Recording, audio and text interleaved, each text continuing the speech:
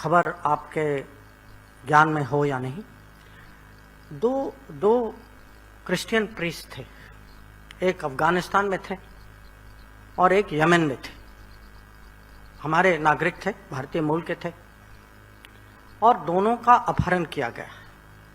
और दोनों का अपहरण किया गया बहुत माने जो थोड़े क्या कहूँ मैं इसको, आतंकवादी नहीं पर बहुत कट्टर विचार के लोगों ने किया।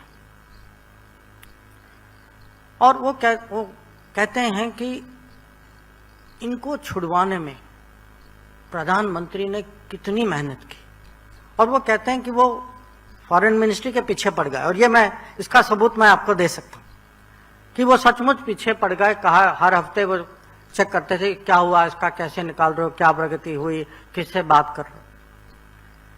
उसके बाद वो लिखते हैं एक ऑपरेशन जो यमन में हुआ था, ऑपरेशन राहत। यमन में वो युद्ध की स्थिति थी और गोलीबारी चल रही थी, बॉम्बिंग भी हो रहा था।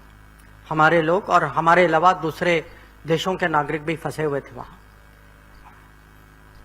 और वही जो हर्ष जी ने आपको कहा यूक्रेन के बारे में, वो पहली बार मैंने यमन में देखा कि प्रधानमंत्री ने सऊदी अरेबिया के राजा जो हैं किंग सलमान, उनको फ़ोन किया और कहा कि मैं उस समय सऊदी अरेबिया के हवाई जहाज जो हैं वो यमन को बॉम्ब कर रहे थे। उन्होंने कहा कि मैं युद्ध विराम चाहता हूं और उस समय में हम अपने लोगों को निकालना चाहते। और उनकी, मैं कहूँगा उनकी प्रतिष्ठा, उनकी वजन, जो भी आप कहें, मोदी जी की रिक्वेस्ट को वो ना नहीं कर पाए। और उसके कारण खाली हमारे लोग नहीं निकले और हमने निकाला, भारत ने जहाज भेजा, हमारे लोग निकले, हमारे साथ 45 देशों के और नागरिक निकले।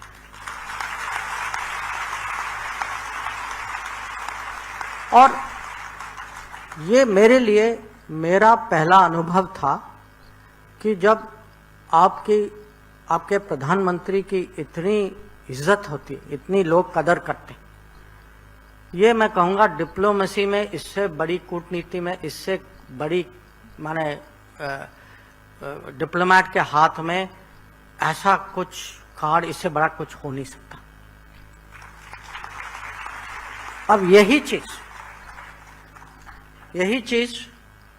इस साल यूक्रेन में साबित हुआ कि आप जानते हैं कि हमारे 20,000 से ज़्यादा विद्यार्थी वहाँ युद्ध के बीच में फंस गए थे और उनमें से 2 शहर ऐसे थे जहाँ सचमुच माने वो डेंजर में थे कि रोज़ फायरिंग हो रही थी, गोलीबारी चल रही थी आपस में। और एक शहर ऐसा था कि उसमें 3 साइड थे कि यूक्रेन की आर्मी भी थी, रशिया की भी थी और एक कुछ जैसे प्राइवेट या नॉन ऑफिशियल लोग भी हथियार लेके घूम रहे थे।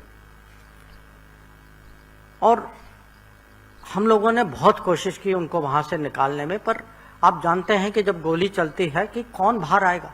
अगर आप दूसरे शहर सुमी में, तो हम वहां बस भी ले गए, लोग बस में चढ़े, गोली शुरू हुई, वो वापस अपने हॉस्टल में चले गए।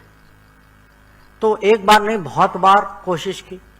फिर अंत में दोनों शहरों में, खार्किव और सुमी में, प्रधानमंत्री ने प्रेसिडेंट पुतिन को फ़ोन किया और यूक्रेन के प्रेसिडेंट ज़ेलेंस्की को फ़ोन किया और कहा कि हमारे बच्चे फंसे हैं और मैं चाहता हूँ, ये मेरी रिक्वेस्ट है कि जब तक वो निकलें आप हमें टाइम दीजिए, इस समय सीमा में उनको निकालेंगे और आप मुझे अपना वचन दीजिए कि इस समय फायरिंग नहीं होगी। और उसके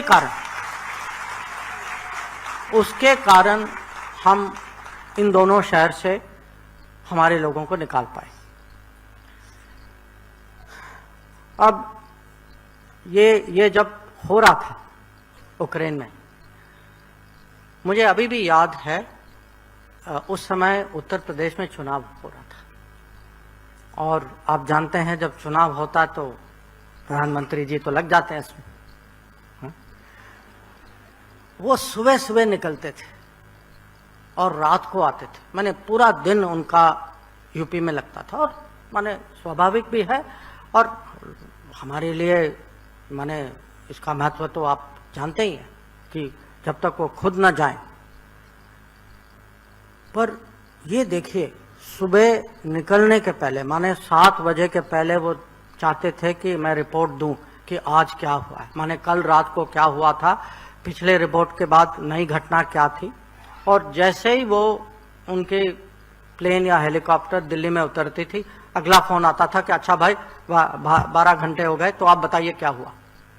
तो कभी जब तक ये लोग फंसे हुए थे वहां पर, आपको ये भी याद होगा कि हमारे 5 मंत्री वहां गए थे। आप ही सोचिए, आपको कभी याद है कि भारत सरकार ने 5 मंत्रियों को बाहर माने हमारे नागरिकों को वापस लाने के कभी भेजा था? आप कमिटमेंट देखिए, और ये देखिए कि इसमें कमिटमेंट के अलावा टीम स्पिरिट देखिए कि ये 5 जो थे वहां, जो यूक्रेन के पड़ोस में, सबको जिम्मेदारी दी गई थी कि सिंधिया जी रोमानिया में थे, हरदीप जी हंगरी में थे, किरण रिजिजू स्लोवाकिया में थे, जनरल वीके सिंह पोलैंड में थे। सब लोग अपना अपना वहां कर रहे थे। यहाँ जो है विदेश मंत्रालय में मैं और हमारे जो राज्य मंत्री जो हैं, हम लोग यहाँ से कोऑर्डिनेट कर रहे थे। और हम दिन में 2 बार 3 बार प्राइम मिनिस्टर को रिपोर्ट देते थे कि ये हुआ है, ये हमारी कोशिश थी, इसमें हम सफल रहे, इसमें असफल रहे। और इतनी डिटेल मॉनिटरिंग थी। और खाली मॉनिटरिंग की बात नहीं, जब कोई भी सिस्टम, कोई भी मैं कहूँगा ब्यूरोक्रेट, कोई भी मंत्री देखता है कि प्रधानमंत्री की वो कमिटमेंट, तो ये पूरे सिस्टम में इसका करंट जाता है। और अगर हम 20,000 लोगों को 90 फ्लाइट में वापस घर ले आए, इसका एक कारण है, और वो कारण आपका